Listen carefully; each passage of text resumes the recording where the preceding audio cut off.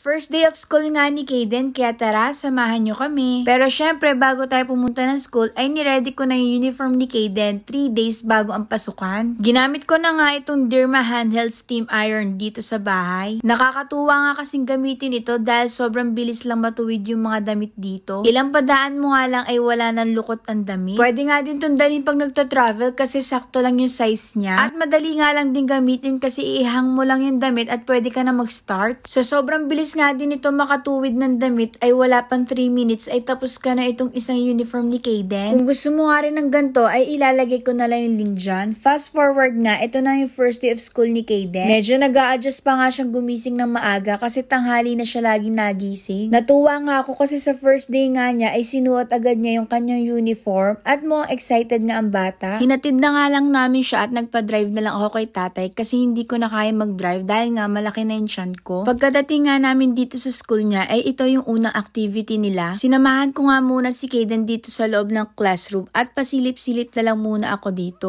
First day pa lang naman niya kaya okay lang nakasama pa yung mga parents. Nag-a-adjust pa nga siya pero lumalabas na din ako ng classroom dahil sanay na naman din siya sa play school at nagpapaiwan nga siya dun. 2 hours nga lang sila sa school at sinundo na namin siya. Malapit lang naman din kami sa school nila at mga 5 minutes away lang yun. At nakaraos na nga si Kaden sa first day of school niya. Kinabukasan naman ay maaga uli siyang gumising dahil nga may pasok uli siya. Sa second day nga niya sa school ay iniwan ko na siya at sabi ko nga sa kanya iintayin ko na lang siya sa labas ng classroom. Fast forward nga pagkalabas niya ay iba na yung suot niyang shorts dahil natapunan daw ng kanyang water kaya pinalta ng teacher. Pagkasundo nga namin ay dumiretso naman kami dito sa may Walter Mart para mag-grocery. Eto nga yung favorite grocery place ni Kaden. Sayang-sayang nga yan kapag nandito kami dahil nakakapag-add to cart siya. Maya-maya nga ay gusto na niyang bumaba at nagtitingin pa nga ng mga karne dito. Tingnan nyo naman kung tumayo parang matandang bibili ng karne. Maya-maya nga ay nakita naman niya itong mga paa ng pig daw. Tinatanong ko nga siya kung gusto niyang hawakan pero wag na lang daw. Mabilis lang naman kami dito at pagkatapos nga namin magbayad ay umuwi na rin kami. So yun lang muna. Bye!